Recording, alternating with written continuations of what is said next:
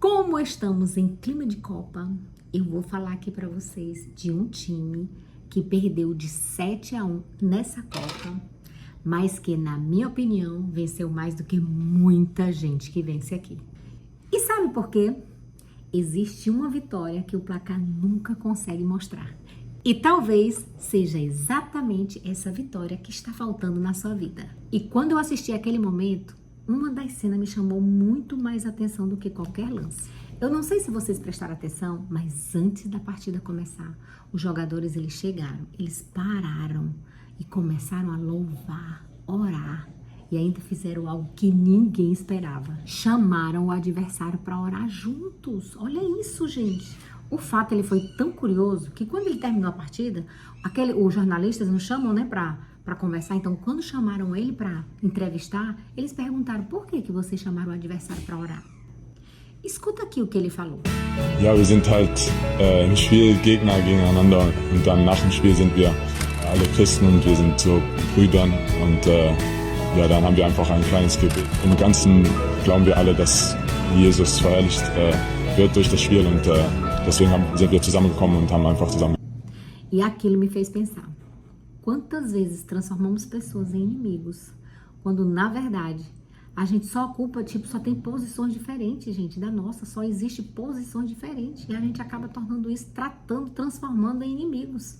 E isso acontece muito no trabalho, na empresa, na vida. E muitas vezes estamos ali brigando por coisas pequenas e a gente acaba que esquece que aquelas pessoas ali também têm dores. E a parte que mais me tocou, sabe qual foi?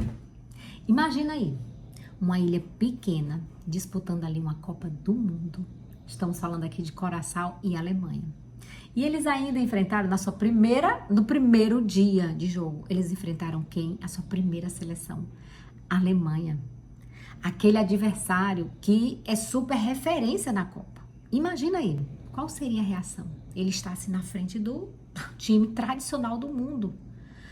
O natural, as pessoas têm medo, se sentem insegura, se sente assim pequena. Imagina ali entrar também sem nenhuma chance para ganhar. Mas esse time fez diferente. Eles entraram agradecendo, entraram adorando. E eles entraram ali vivendo um sonho, gente. E quando você vive um sonho, muda ali toda e qualquer perspectiva. Porque quem vive um sonho, ele não entra ali não apenas para ganhar. Ele entra ali para honrar aquela oportunidade. E foi aí que eu percebi que fazemos exatamente o contrário. A gente só agradece quando as coisas dão certo. Só valorizamos quando conquistamos lá o troféu. E só comemoramos quando vencemos, gente. E a gente acaba que esquece de agradecer pelo caminho que nós já percorremos.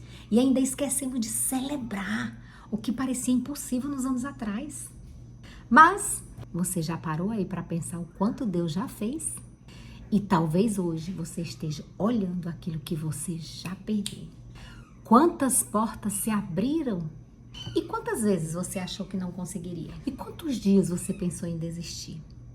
Pense que hoje você está aqui, respirando, crescendo. Olha isso. E talvez o maior milagre não seja o que você ainda espera. Talvez seja você só estar de pé. E o nosso cérebro, ele possui ali um mecanismo chamado de viés da negatividade. Eu, inclusive, já falei nos outros vídeos aqui.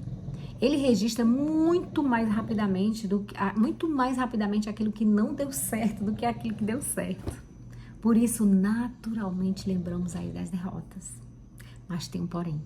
Quando praticamos a gratidão, aí, meu amigo, a gente fortalece novas conexões neurais. E aí onde enxergamos oportunidades, onde nós víamos problemas. E quando uma fé encontrou a mente treinada para encontrar umas bênçãos, a esperança cresce. Olha isso. Então vamos agora fixar bem.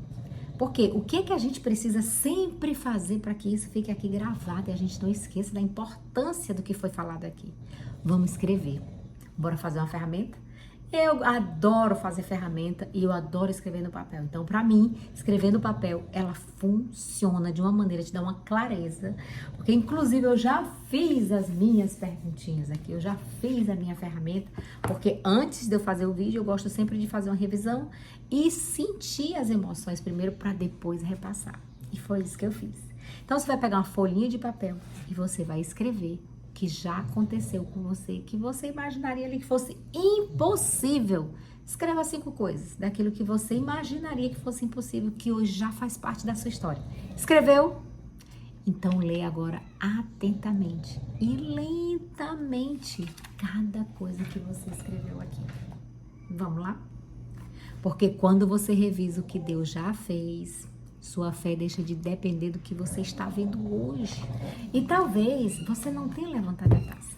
Talvez o placar da sua vida ainda não seja o que você sonha. Mas não deixe isso impedir de celebrar o que Deus já realizou. Porque quem aprende a agradecer durante o caminho, não caminha sozinho. Agora eu quero saber de você. Qual é a pequena vitória que mudou completamente a sua história? Coloca aqui nos comentários. Se gostou do vídeo, dá um like dizendo que gostei, se inscreve no canal. Já compartilha porque tem muita gente querendo ouvir isso. Beijo e tchau, tchau!